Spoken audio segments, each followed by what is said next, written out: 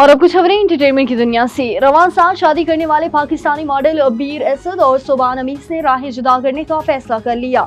Model अबीर असद और Soban Amis का शुमार पाकिस्तान के कामयाब मॉडल्स में होता है, जिन्हें बेस्ट मॉडल्स का अवार्ड भी मिल चुका है। जोड़े ने रवां साल फरवरी के महीने में ही शादी की थी, ताहम उनकी अज़दवाजी जिंदगी से मुतल्लिक बुरी खबर सामने आ चुकी है। सोबान अमीस ने अपने इंस्टाग्राम अकाउंट पर एक स्टोरी शेयर की और अपनी राहें जुदा करने के फैसले से आगाह कर दिया। सीनियर अदाकार मोहम्मद अहमद ने इंकशाफ किया है कि फिल्म की शूटिंग के मसरूफ शेड्यूल के बायस वो अपने भाई के जनाजे में शिरकत नहीं कर सके थे।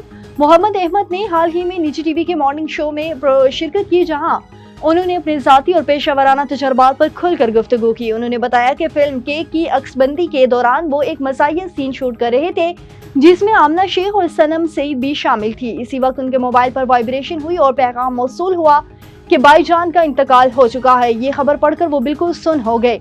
इधर हदायतकार एक्शन कह रहे थे और वो समझ ही नहीं पा रहे थे कि क्या हो रहा है। और Pakistani Neyyar तोरीस Khabib sound engineering में ग्रैमी अवार्ड जीतने वाले पहले पाकिस्तानी बन गए।